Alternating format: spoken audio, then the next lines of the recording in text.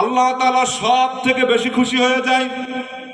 আপনি আমি যে সেক্টরে চাকরি করি না কেন, আমাদের ঊর্ধ্বতম কর্মকর্তা যখন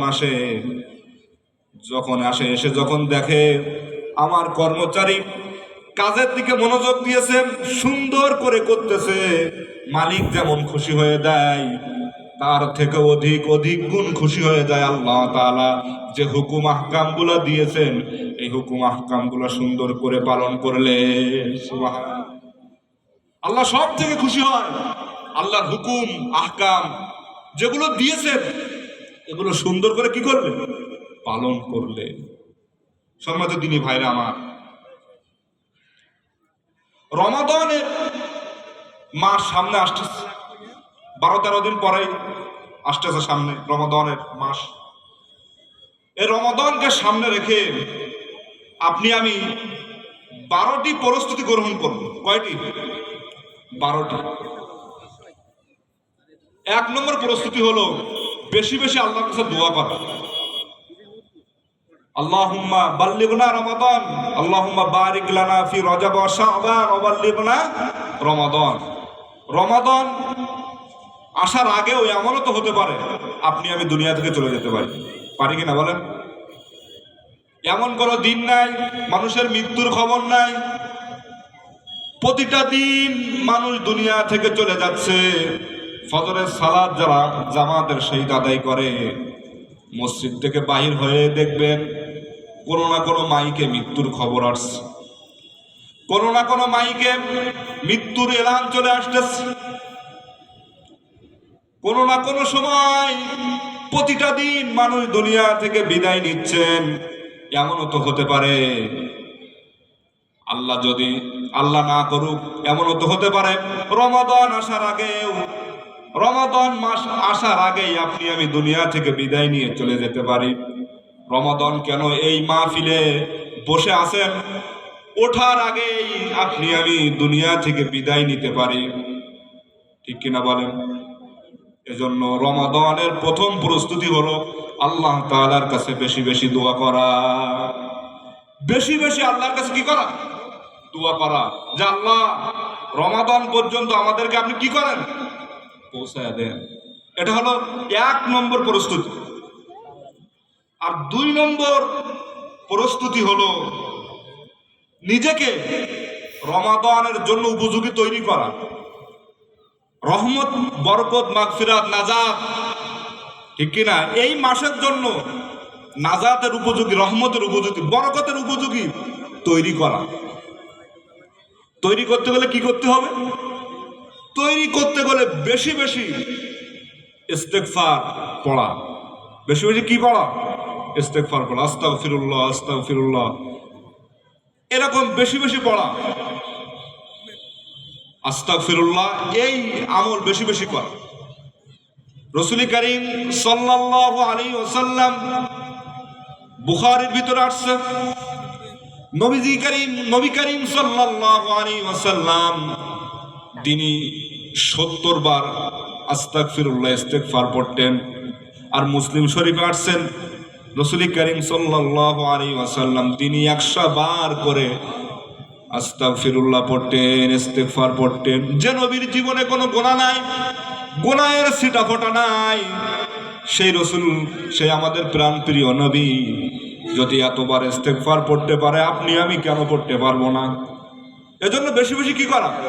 ইস্তেগফার পড়া। রমাদানের প্রস্তুতির 2 নম্বর হলো কি করা? বেশি বেশি ইস্তেগফার পড়া। মাহফিলের বাইরে যারা ঘোরাফেরা করছেন, মেহেরবানি করে দিনে মজলিসে আমরা সকলেই বসে যাই। কোরআনের এই মজলিস, এটা জান্নাতের বাগান।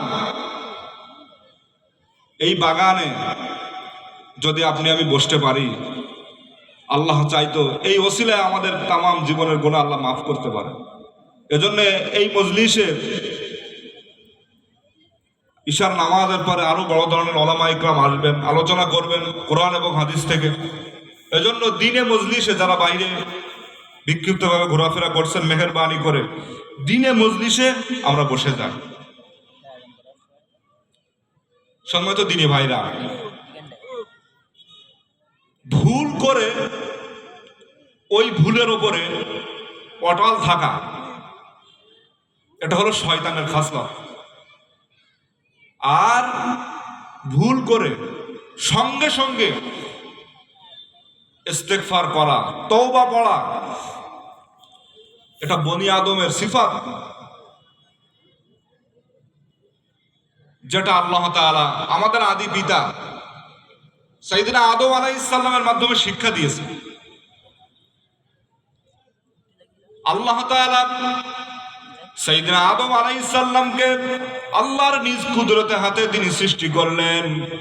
সৃষ্টি করার পরে সকল ফেরেশতাগণকে ডাকলেন। আল্লাহ তাআলা বললেন আদমকে সিজদা করো। সকল ফেরেশতা সিজদা করলো। ইবলিস সকল ফেরেশতাদের সর্দার ছিল, আমলের দিক থেকে সব থেকে বেশি, সে সিজদা করলো না। ইবলিস বলল খলাকতানি মিন তিন ওয়া খলাকতাহু মিন তুরাব।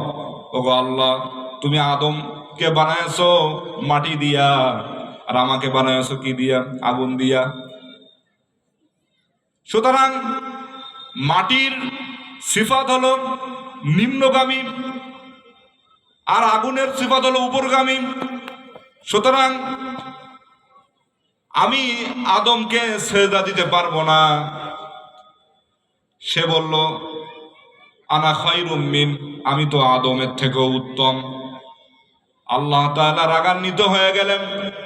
আল্লাহ বললেন কোন প্রকার অ্যাপ্লিকেশন সারা তুমি দূর হয়ে যাও, তোমার আমল আখলাক সব নষ্ট হয়ে গেছে।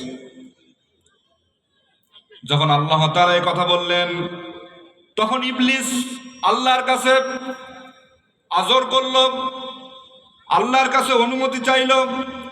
আল্লাহ তাআলা কোরআনুল কারীমের 7 নম্বর সূরা সূরাতুল আরাফের 14 নম্বর আয়াতে আল্লাহ তাআলা বলেন ক্বালা আনজিরনি ইলা ইয়াউমি ইউবআসুন। ওগো আল্লাহ, তুমি আমাকে অবকাশ দাও, কিয়ামত পর্যন্ত আমাকে কি দাও? অবকাশ দাও। আল্লাহ তাআলা কোরআনে এভাবে জানিয়ে দিয়েছেন ক্বালা ইন্নাকা মিনাল মুনজারিন। আল্লাহ তাআলা বললেন হ্যাঁ, তোমাকে অবকাশ দেওয়া হলো। সুযোগ পাইলেই যা হয়। ইবলিস যখন সুযোগ পেয়ে গেল, ইবলিস তখন কি করলো?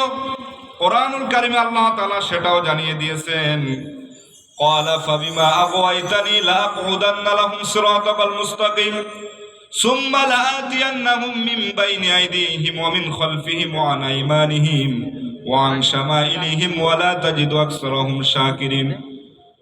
ইবলিস যখন অনুমতি পেল, সুযোগ পেয়ে ইবলিস বলল গো আল্লাহ, তোমার বান্দাদেরকে সামনের দিক থেকে, পিছন দিক থেকে, ডান দিক থেকে, বাম দিক থেকে, সকল দিক থেকে আমি ওয়াসওয়াসা দিয়ে দিয়ে তোমার বান্দাদেরকে জাহান্নামের দ্বার প্রান্তে নিয়ে যাইব। এ কথা কি বললেন?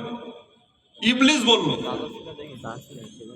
আমি বুঝাচ্ছি আপনাকে যে কি ভুল করে ভুলের ওপরে অটল থাকা শয়তানি খাসলত, আর গুনাহ করে ভুল করে সঙ্গে সঙ্গে ফিরে আসা এটা কি আদম এর খাসলত। কথা বুঝে আসছে? ইবলিস যখন এভাবে বলতে থাকলো, আল্লাহ তাআলা বললেন ওগো ইবলিস, তুই এভাবে যদি ধোঁকা দিয়ে দিয়ে আমার বান্দাদেরকে জাহান্নামের দ্বার প্রান্তে নিয়ে যাস, আমার বান্দারা একবারে শেষ প্রান্তে যাওয়ার আগেই যদি ভুল বুঝতে পারে যদি আমার কাছে তওবা করে, আমি আল্লাহ তাআলা তামাম জীবনের গুনাহগুলো মাফ করে দিব। সুবহানাল্লাহ। কি দয়ালু, কি মায়ার আল্লাহ! মৃত্যুর গড়গড়ানো আসার আগেই যদি আপনি তওবা করেন, আল্লাহ তাআলা তামাম জিন্দেগীর গুনাহ মাফ করে দিন। সুবহানাল্লাহ। ইবলিস এই সুযোগ পেয়ে সর্বপ্রথম ধোঁকা দিল কাকে?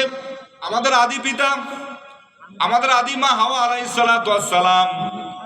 জান্নাতের ভিতরে যখন তারা বসবাস করতেছে, নিষিদ্ধ গাছের কাছে আল্লাহ তাআলা যাওয়া নিষেধ করে দিলেন। ইবলিস এই সুযোগটা পেয়ে সর্বপ্রথম তাদেরকে কাজে লাগালো।